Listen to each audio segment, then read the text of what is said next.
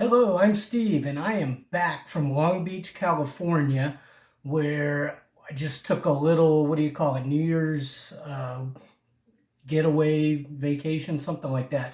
Spent New Year's Eve, a couple days around New Year's Eve, down in Long Beach, California.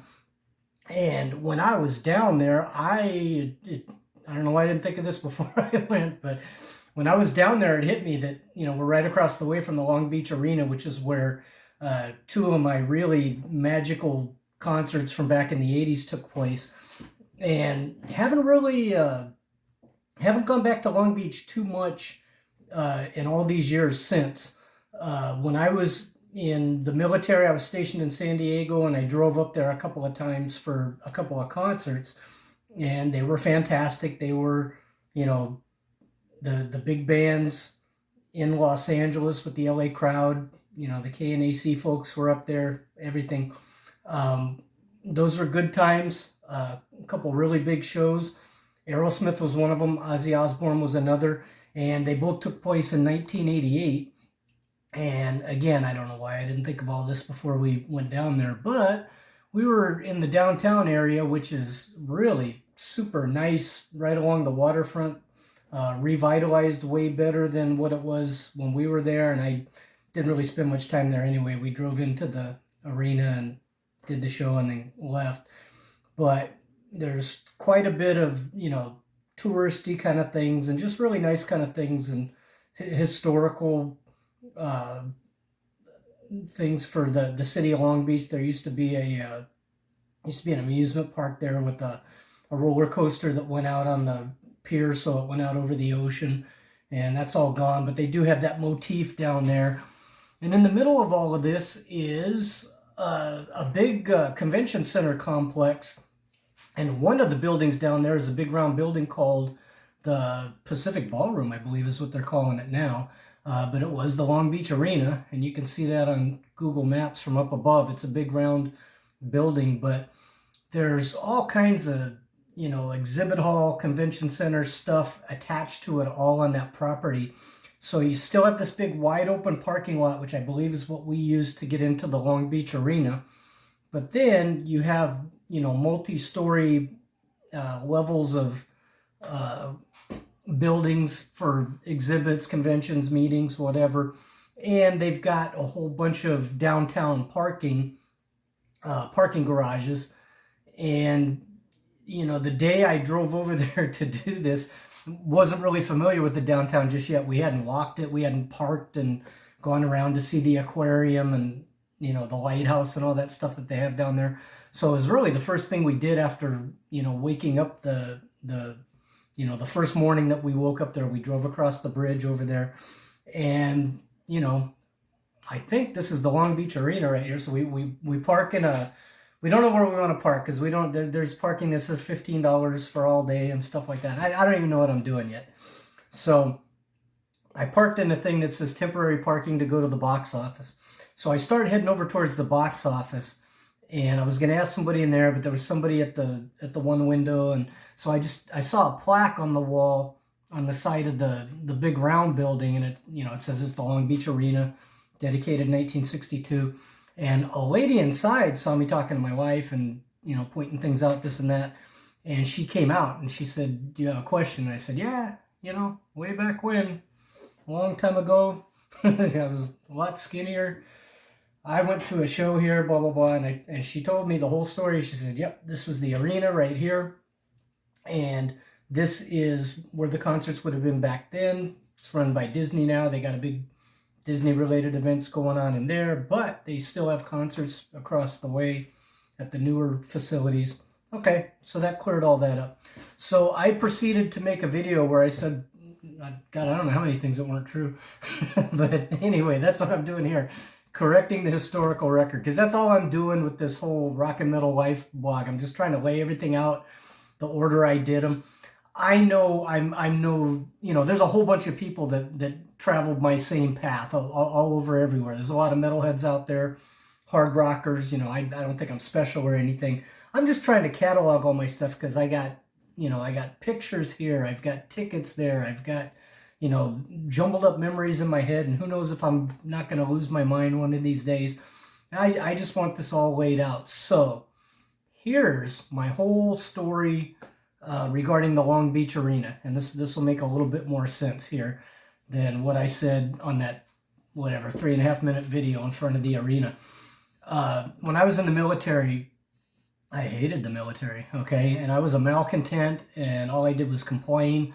And I feel like I was really good at my job, and that was what was important. And everything else outside of it, everything we had to do military-wise, I just couldn't stand it, couldn't take it.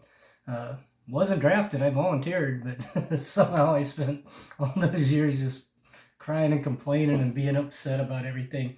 So the music was everything. I mean, the music was, the concerts came to town, I went to a couple of shows by myself.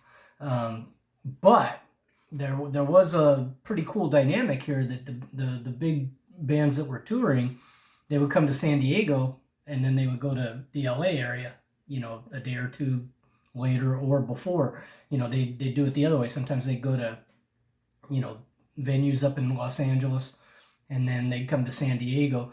And a couple of these I did a double dip on, and it was, and it seems miraculous that would work out, because that was part of one of the things I hated about the Navy was I didn't have any kind of, Monday through Friday schedule. I was lucky to be, here in the States and not out in the ocean and stuff like that. So anyway, a couple of these worked out to where, I went to see the show in one place and I liked it so much I got tickets right away and went to the other event. The first one I'll start with is Aerosmith. Aerosmith on February 4th, 1988, played up in Long Beach, but prior to that, February 1st, 1988, they played down at the San Diego Sports Arena, and that's where I saw a bunch of shows by them, or a bunch of shows when I was in San Diego. A lot of them were at the Sports Arena. Aerosmith, these were the first 2 times that I saw them, and I have since seen them. I guess I've seen them 4 times total, but I actually saw them 3 times on this tour. I saw them, the one in San Diego, the one in Long Beach, and then when we went to Hawaii, they were there playing with White Lion, and I saw them out there all on the permanent vacation. So February 1st of 88, San Diego, dug it, went up to Long Beach. February 4th, saw it again. Great show. Had Dokken with them, which was a huge deal for me. Dokken was on Back for the Attack, which, I don't know if, I don't think I knew they were breaking up. It seems like everybody else knew. But just, oh man, Kiss of Death, Don Dokken sounded fantastic. That was great. And then Aerosmith came out, and as good as Dokken was, which they were top of their game, they were elite. Aerosmith came out, and I was, Steven Tyler was a revelation to me with his moves and all that stuff.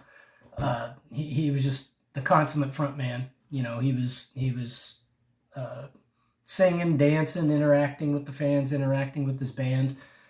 It was just fantastic, just excellent show. So, hence, I went and saw it again a few days later. Well, the one I was talking about, which was an on this date, the date I did it, that was December 30th. And it was the same deal. It was actually the second time I had seen that Ozzy Osbourne Anthrax Lita Ford show within just a couple of days. So here's the deal. Here's correcting something else in the other video. On December 28th, I saw the Ozzy Anthrax Lita show down there at the San Diego Sports Arena, and I was not at all looking forward to Anthrax, and I said so. I'd heard whatever I'd heard of them, and I couldn't even tell you what it was at this point, and I just didn't care for it. I really hadn't gone into thrash so much at this point. I was kind of like really conventional. I thought I was into the heavy stuff because I like Ozzy, and I like the old Black Sabbath and stuff like that. And, Metallica and all those guys, I hadn't quite got there yet. And so anyway, I was like, Anthrax is going to play. I just want to see Lita Ford, and then I want to see Ozzy, and that's about it. Okay. Oh, and actually, you know what? Lita Ford, I do not believe played at this one in San Diego. So anyway, it was Ozzy and Anthrax. So I'm sitting there in my seat watching Anthrax do their set, and the crowd reaction was insane. The songs were insane. I clearly remember "I Am the Law," and it was just they blew me away like very few live acts, and I knew almost nothing about them. And I watched that set and I couldn't believe it. And I kind of felt like, where have I been? This is an Ozzy Osbourne crowd, and they all know this stuff. What's wrong with me?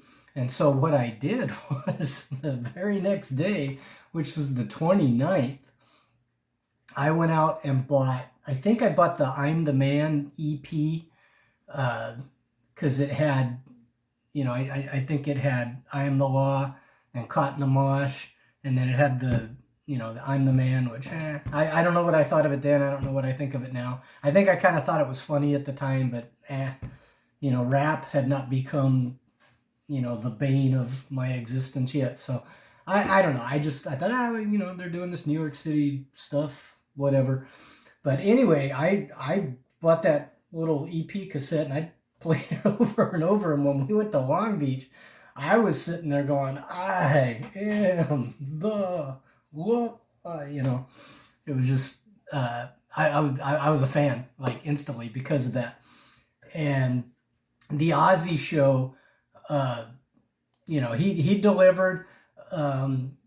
Back at this time, his voice was really good. The show was really good. Zakk Wylde, he was just some young guy, that Ozzy pulled out of nowhere, kind of like he did with Jake Lee or whatever. But Zakk was real young, and he played good. He did a solo. He talked into the microphone and talked to the crowd, and you could tell he was kind of the way he is. But just really, really good stuff here in this set list. It started with I Don't Know, and then they did Bloodbath in Paradise. Because he's touring for No Rest for the Wicked. We got Killer of Giants, Tattooed Dancer, and Fire in the Sky. That was a highlight. I remember that. But Believer, seeing Believer live, that's fantastic. That's a great, great live song. Mr. Crowley, of course, and I jumbled up the order, but, at the end he does, after Crazy Train, he does Iron Man, Children of the Grave, Bark at the Moon, and then for an encore he does Paranoid. That's, Ozzy Osbourne had the arsenal. He had all his, at this point he's got, he got 5 solo albums that are all kick-ass, and he's got the Sabbath stuff, and, he was kind of, like the Mick Jagger of metal already. He's like the CEO of this whole thing. All the young, up-and-coming metal bands, they all look up to him, and, Motley Crue gets to tour with him, and they just can't believe they're touring with, Ozzy Osbourne, and he's hanging out with him, and he's everything you ever heard of, and then, Anthrax, and all these young bands, they all look up to Ozzy, and, he was in good form. And, at that point I had seen him, let's see, I saw him on Diary of a Madman. And then I think this was the second and third times that I'd seen Ozzy. I missed the Ozzy Osbourne Motley Crue tour when I think it was Bark at the Moon and Shout at the Devil, was it? I missed that one in 1984. And so I got to see him on this go around here, and I was really happy. Glad I did. Fond memories of the audience, just the way everybody was here, like to celebrate the same thing, all that kind of thing that I always talk about here. But that's the more accurate version, the not totally thrown together version of what I was trying to say in my other short video that I made from down in Long Beach. Was trying to capture, because it was day of, it was on December 30th when I made that video, so it was trying to capture that and get that out there. But then the more I thought about it, I got to really look back here. I got back home, I looked at my tickets, looked at the set lists and everything, and it's like, okay, I some of this stuff's so long ago, and I've been to so many shows, I can't remember all the little details. But yeah, I definitely saw these shows back to back, and always great to see Ozzy. That's why I kind of had tough, it's kind of tough to go see him, these latter years. I've skipped going to see him sometimes, because I did see him when he was on top of his game, and I saw him with Randy Rhoads, and then I saw him when Zach was brand new, and we went to the end. We went to the last Black Sabbath tour, and we saw him, and he was pretty good there. But this Ozzy was, he was truly the madman, or whatever you call it. He was all over the place, and throwing buckets of water on everybody, which that, among other things, is always well-known stage antics, is jumping up and down and stuff. But yeah, these great shows, good times to be able to go up to Long Beach, go to an arena like that. In my mind, I know everybody doesn't think of it like this, but I'm from out here. Los Angeles is kind of ground zero to me for the hard rock and heavy metal of my lifetime. They had KNAC as a radio station, and they also had pirate radio that would play some of this stuff. But KNAC played Metallica on the radio when absolutely nobody else would.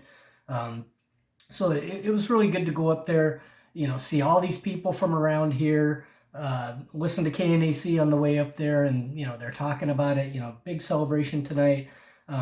You go to the show, you leave the show, and your car's just got flyers all over it. Some of which I put the one up here that has the Guns N' Roses with no font on it, but just all kinds of stuff. You could see how all these bands were playing here, there, and everywhere. Some of the big bands, some of the bands that went on to become big, and that was always fun. But I went to a few shows up in the LA area during that time frame, and these ones at Long Beach were really cool. So that's about it. I got tomorrow, January 3rd, is my Ozzy Osbourne Diary of a Madman show. So I'll be doing another on this date to talk about seeing Randy Rhoads and just seeing that great tour. That was the second concert I ever went to in my life. It blew me away, So I'll go a long ways back with Ozzy. He's one of the Mount Rushmore for me. But that's it. Back with another one tomorrow night.